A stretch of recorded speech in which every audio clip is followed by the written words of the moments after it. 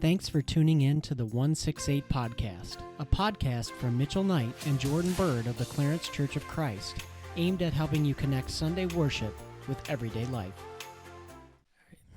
Welcome, everybody, to the 168 Podcast, and today we're going to be looking at the topic of post-Christian, and what is that all about? We're not going to go into like the nth degree of detail about this topic, but we felt like it was worth talking about and giving perspective on, just because it's a term that comes up more often, and I know I've even used it in messages on Sunday, and so this is just a place where that can get fleshed out a little bit more, and we can hopefully give some better understanding to that term at least, and we'll also just give our perspective on what we think of it and kind of where we see that going in culture, how it's affecting us, and how we move forward with it, something like that. So that's kind of the trajectory of the rest of the episode. And so first, let's just talk about the term in general, post-Christian, and what that term means. Do you want to take a first stab at this, or you want me to? Yeah, I could.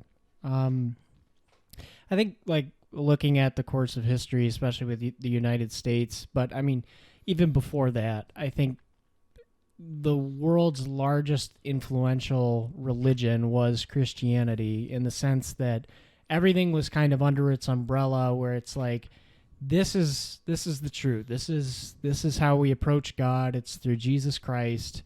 And then at some point, probably after, the Enlightenment era, it was more of like this pluralistic idea of, well, there's all these different kinds of ways you can get to heaven. And then even if you don't believe in anything, or if you live your life in a certain way, you can eventually end up in heaven like anybody else. But, there seems to be, like, for me, post-Christian means going from like this exclusivity to inclusivity, where we kind of welcome all ideas. Nothing's controversial. Everything should be included, and we should celebrate everything. Whereas under, the canon of Scripture, there's a very clear marker for how life should be lived, who God is, and how He's revealed Himself to us. So I think that's pretty much everything I wanted to cover on that. I hope that made sense. But yeah, I would just say that. I'd say more going from one way to, I'm the way, I can do whatever I want, kind of pluralism. Yeah, so the term in general, like post-Christian, is talking about, you already alluded to this, but it's like post-Christian thinking being at the center of everything, if you will. But the term post is implying that it's after that has been a dominant. So it's not dominant anymore is essentially what the term is trying to get at. Or it's something that has come after it being dominant. At least that's the way I've kind of understood it. And probably historically the best way to look at this is just to think about, when was there a time in history where Christian thinking wasn't at the center of kind of the broader world and how humanity thought through life and that kind of stuff? And at least in the Western world, or the Western perspective of life, at least more of the tradition we kind of come out of, or the heritage, if you will, that we come out of. We don't, we're not in Asia. We're not in like a more Eastern thinking perspective of life. That's just not what we were raised in. It doesn't mean that it still can apply there, but the Western mindset has definitely impacted more of how we view the world than an Eastern one. And if you go back in the Western mindset, you can see this even tie into the biblical times, where you have pre-Jesus or around the time of Jesus, and you have the Roman world or any other sort of culture that was dominant at that time, and it was their religious beliefs or their philosophical beliefs that were dominant, because whoever was in charge got to say who and how and what of how you viewed the world, essentially. And so you didn't cross that, and so you fell in line with it, or most people did, or they got converted to it, or they were killed off so that the dominant amount of people were the ones still doing that. And that changes somewhere along the line once you have the church getting up and going post Jesus ascending, and the church starting to become what it is on earth more like today. At least what we have, like, kind of in Acts in the Bible, in the New Testament, and in like the early church. And it's not until like I think it's the 300s where you have Constantine's usually the person referenced here, but the Emperor Constantine is around his time. No matter what you do with him, it's around that time that there's a change in perspective to the church or Christian thinking. And in general, it seems like the church has now it becomes a stakeholder in the government at that time, or the world power at that time, to where it eventually blossoms into like you have popes being like rulers and church leaders being like rulers, to where they actually are the ones now in dominance and are directing the way that people think about the world and all that kind of stuff. And so that's really where that kind of changes. And probably from then, at least in our context in the United States, until, I mean, there's a variety of places you could say where this starts to drop off. But I would say probably within my lifetime, it's probably been accelerated more over my lifetime than, say, like my parents' lifetime. Probably the last 20 years is probably, I would say, where that has really become a more dominant thing. The other marker is to look at like in places like Europe, where the church used to be dominant and isn't dominant anymore. And the obvious physical way of seeing this is you can see a bunch of church buildings everywhere that are historical artifacts and they're tourist attractions, but there's not a functioning body of people that meet there for worship, and a lot of them, or they're very small at best. And so that's like an indicator of what a post-Christian society can look like, because now no longer is Christian thinking at the center. It's now sort of on the fringes. It's something of the past. It's historical. That's why people still look at it and view it, but it's not at the center of how people are processing life. And so in the United States, we're going through this shift, it seems, where the church is no longer at the center. It's no longer the authority that people look to for how to process life or what to think, what to believe, how to make sense of things. It's now seemingly being pushed more to the margins of society, or it's becoming a minority view, or one of many other views of how you can look at life. So that's kind of the broad overview, at least of my understanding of post-Christian. So it's at least hinting at Christian thinking's dominance in our culture is waning, or has waned enough to where there's something else taking its place. So we're on the backside, if you will, of Christian thinking being dominant. So that's one way I would explain it, in a very long roundabout way. But there's a lot of just kind of nuances, I think, that contribute to it. Do you want to add anything more, just having heard what I had to say, or maybe some other thoughts came up? Yeah, I think when we were talking before we started recording, the idea of like authority is kind of a big one. So like we talked about inclusivity, exclusivity, like the quote unquote domination or of Christian thought in society being a thing. It more transitioned to this idea of subjectivity, like what life means to me is just as valuable as what life means to Jordan. But beforehand, we were kind of looking at God as the authority, kind of in this, for lack of a better term, because I don't know everyone's hearts or everyone's postures under the domination of Christian thought, but like a more humble people knowing that God has revealed to them what they know, and we're kind of called to follow after him. I don't know. I think maybe with like my own undergraduate training in philosophy, like looking at the whole subjective thing, like whatever something means to me is just as truthful as whatever something means to someone else. That, I mean, you kind of get laughed at in philosophy if you hold that view, because there's a lot of logical hurdles that you need to cross. Yeah, I mean, it's almost kind of like, where's meaning derived from? Does it come from us, or does it come from somebody else? And it seems like it's moved more towards, I create it and I manifest this. But at the same time, like, I was interested to hear what you thought about. I feel like this post-Christian idea, or this post-Christian society we live in, it's always funny to me. Like, I feel like how many conversations I've had with people that are so confident that it's just in the lifestyle you live, or it's just whatever you believe, or there are multiple ways to heaven or anything like that. But then as soon as you bring up Jesus, as the way to the Father or something like that, I've had many conversations with people who are like, oh, no, I'm pretty sure God hates me. It's like, well, so it's like, on one hand, you're confident that you can access life after death, but on the other hand, you're also sure that the universal God I'm telling you about hates you. It's like, well, which one of these things is it? Like, that shouldn't matter to you if you really believe this stuff. So it just kind of seems like a short-term mindset for short-term gain. And I think the big reason it continues to persist is because no one's challenged on it. And then also, I mean, maybe that's where apologetics is helpful, because sometimes we don't know how to challenge people on that in a polite and loving way. We're kind of stuck, or we hear something we're not ready for, you know, or something like that. So kind of a jarbled mess there, but Yeah, the point about what is the authority? Is that what you said? Like, yeah, like where do you find what's the authority of what is right and wrong? What is how to view the world? That kind of thing.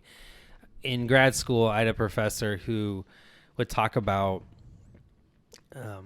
He always used the term, and anyone who's from like a Roman Catholic background or knows of some of the language associated with the Roman Catholic culture of how the church functions knows the term magisterium, and how the magisterium is essentially the official and authoritative teaching of the Roman Catholic Church. So it's the difference between like a church leader giving their opinion, but then like what, you know, if Pope Francis says that it's, or if it's like in the, I can't remember if it's like in an encyclical or like an official writing, then it becomes more of an authoritative and official thing.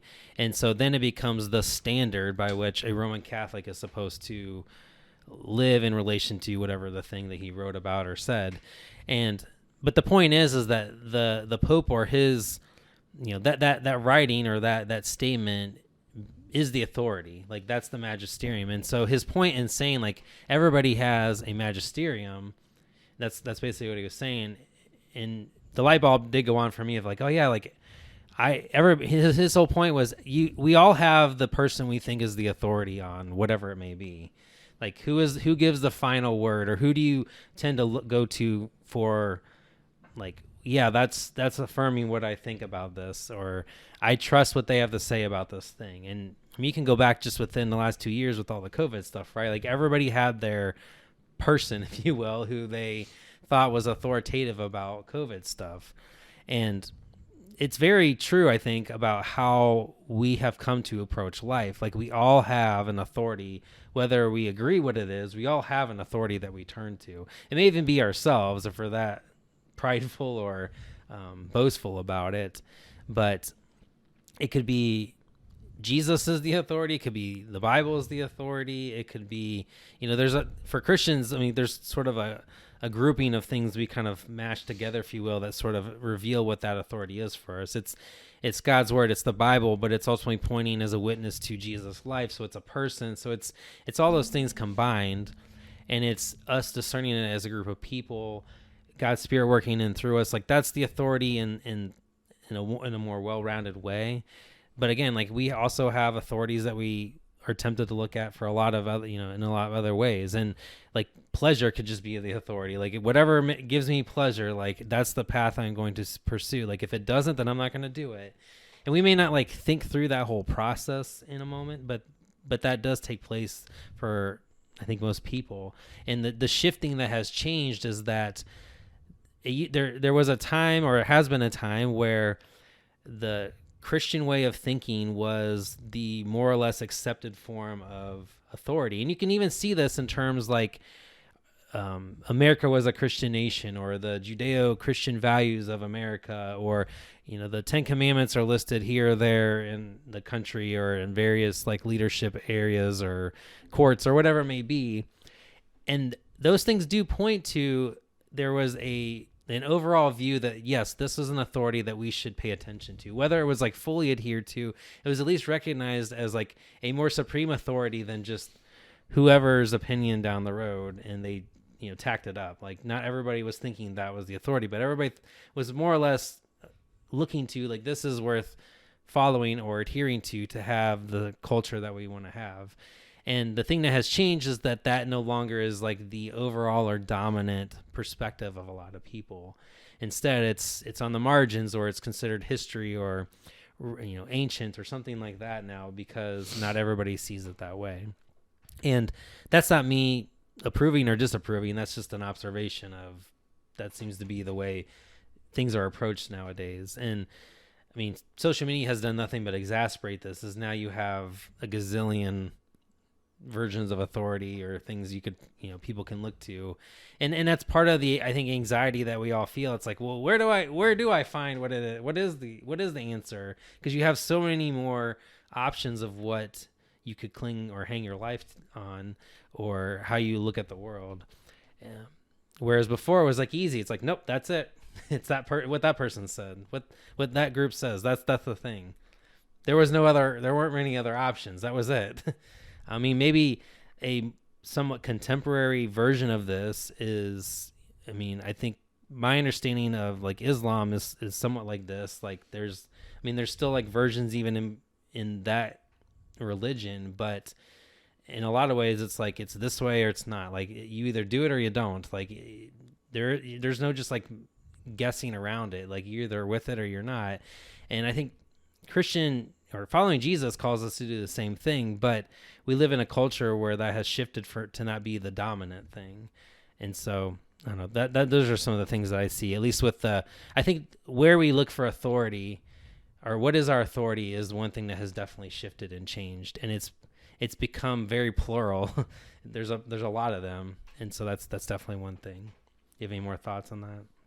Well, I think maybe on a more positive spin on it, like the post-Christian society that I ended up starting to, learn more about Jesus in happened because the people who live their lives with the authority of me, which is basically saying that I know the best way on every topic of life to pursue things, their lives, from my perspective in college, were a disaster. I mean, like nothing was going right. And then the people or the kids around my age that were seeking after Christ led a markedly different life and had a very different mindset that made that more attractive. Now, were they perfect? No. But there was a feeling of a lack in their lives. Like they had a reliance on something greater than themselves that allowed them to live life in a different way from the people around them. And that is what made it attractive. I mean, Jesus talks about knowing people by their fruits. I mean, that's an example of that. And I feel like one positive of this is that the more, rare that kind of fruit is to come across, the more nourishing it can be when we actually do find it. So, that was a positive experience for me, is just to see how much better, at least from my earthly perspective, someone's life in Christ was going, as opposed to someone who is like, well, I'm just the authority. I'm going to decide to do whatever I want. And it's like, there are several examples of people that I had close relationships with where just nothing was working. And, looking back on it, it was just because of a lot of very poor decisions, made in the name of, I can do this, which didn't really amount to much. So yeah. So maybe we can shift to kind of wrap up here to how do we see this change affecting us going forward, or how do we maybe see it going into the future? And not that like we can predict that, but just like what are some things we see or things we think could maybe be potentially how we as followers of Jesus ride the wave that's happening now, if you will, or engage the change that's happening now and still be faithful to Jesus in the process. You want to start, or you want me to start? Yeah, so from like my own example of what made learning about Jesus more attractive and being the fruit of the lives of other people, I think one thing that we can do to positively affect that change is to,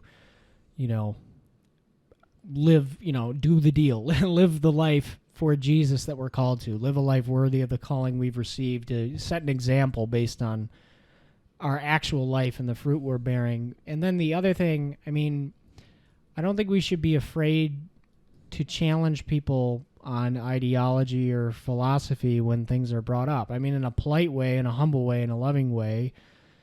I mean, we have the Holy Spirit. We have his intercession. We have everything that we need to participate in a conversation like that. I mean, if someone says, oh, well, I think there are multiple different ways to heaven. It's like, well, why do you think that? It's like, have you considered this? Have you looked into this? Have you followed what you're thinking to its logical conclusion? Like, I mean, we can have conversations like that all the time, and it's not being mean or anything like that, but having those conversations with people that they might not normally have, it might cause them to question things. Like, I've never heard someone disagree with that before, because this whole idea of post-Christendom is like this homogenized thought that it's whatever I think and whatever I believe, and when someone comes along and says, well, what if that's not right? You're 1 out of 100 people that say that to them, that could get them thinking about the nature of reality and how they approach their life. So I think those are a couple ways of approaching how we can make a positive change. So like word and deed, basically. Yeah, I've noticed in my own life, and maybe this is I'm bridging the two dynamics here. I mean, I feel like earlier in my experience of life, there was still more of I lived on the more dominant side of where church was still sort of respected in society, and maybe it's more where I grew up. It was more in the Midwest. It was in a small town. Like some of the cultural dynamics that we maybe see more common today hadn't made their way there yet. And so there was a general assumption that a lot of people went to church on Sunday. Even Wednesday was somewhat respected as like a day to like reserve for church activities. And I would say that's definitely probably changed now. It's definitely different than where I live now, for sure. But I also am living now where like there isn't just this like you can assume most people see things the way I see it as a follower of Jesus. And I feel like even from my own experience of processing life and trying to make sense of things I adhere to or think about life that maybe need still challenged, having a point that someone sees things differently and presented in a way that's like, what if, or have you considered, or is it possible? Usually when it's phrased that way, I don't know, maybe it's just me, maybe it's everybody, but it has a way of opening my imagination to considering it, opposed to just like, well, no, it's this way. I don't know. Partly I think it's more of an invitation to like, can you envision life differently than how you're seeing it now? But it's not me just telling you it's different. Yeah. And so, but there's the compare and contrast again of like, what's the authority here? So even in my own mind for that particular point, and it may not be deciding between like something just totally pagan or Christian, but just like a perspective of like how I see God at work in my life, or me relating to God. I mean, it could be something relating to that, but just like I've maybe been hard-hearted in this one way, but someone phrasing it that way has opened my mind to think about it differently, to be like, oh, maybe I need to open my heart more to God in that way. And I maybe wouldn't have probably done it had they just been like, no, you need to do it this way. And it's like, but if I'm invited in to consider it, I don't know, it seems like there's a different approach. Two, I feel like it's also contextualized to realize that we don't live in this like black and white world of like it's just right or wrong, or this is the truth, this isn't the truth, this is the authority, this isn't the authority, that kind of a thing. So I've just noticed that in my own life for sure. But I do agree that like that approach probably needs to become more common of how followers of Jesus approach conversations in general with people. It doesn't mean you have to give on your beliefs. Like you can be staunch on that, but do it in a posture that's not just like beat them over the head with it. Or maybe you don't think you beat them over the head, but just the argument, the mentality of like, no, this is right, or this is right, but working with them to help them consider a different way. Like we have to become almost like, painters of the imagination to some degree to help people see things a little bit differently. And so I definitely see that being part of how we navigate a post-Christian society for sure. And then one other thing I was thinking about was just like the pros and cons of like this shift happening.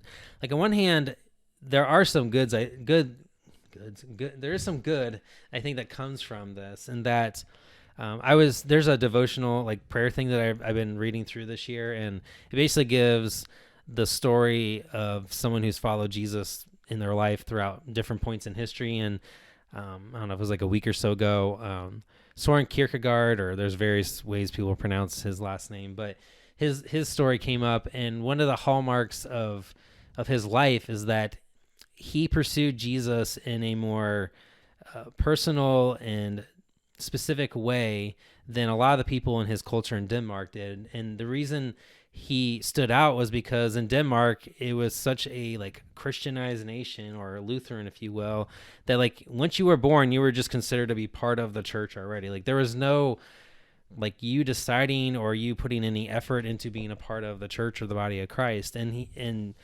Kierkegaard was basically saying like, no, like that it's not just like that. Like you're just in it.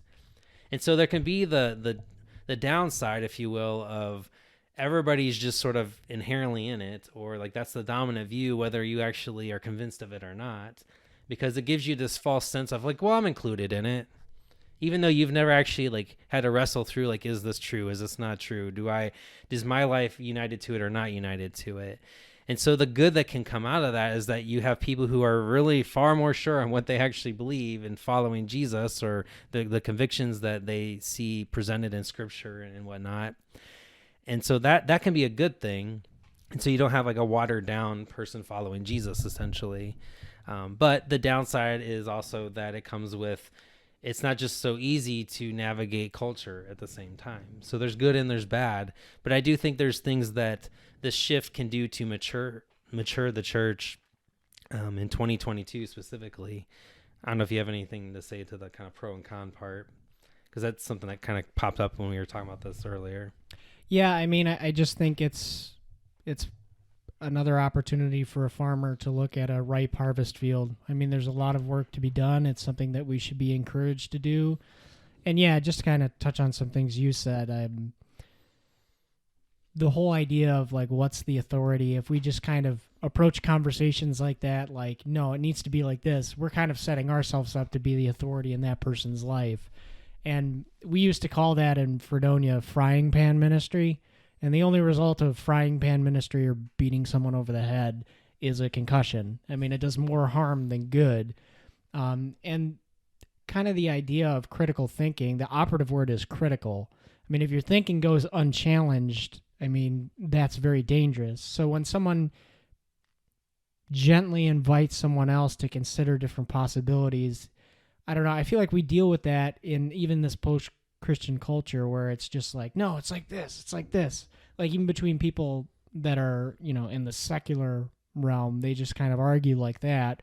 Whereas we have this great opportunity to gently invite people into following after Christ, or to gently invite them to consider alternate possibilities rather than just kind of participating in the vitriol or the aggravated speech that people get into nowadays. So, I mean, for me, that's encouraging that there's a ripe harvest field and we have a unique way and opportunity to participate in that. So thanks for listening to this episode of the 168 podcast, and we'll see you next time.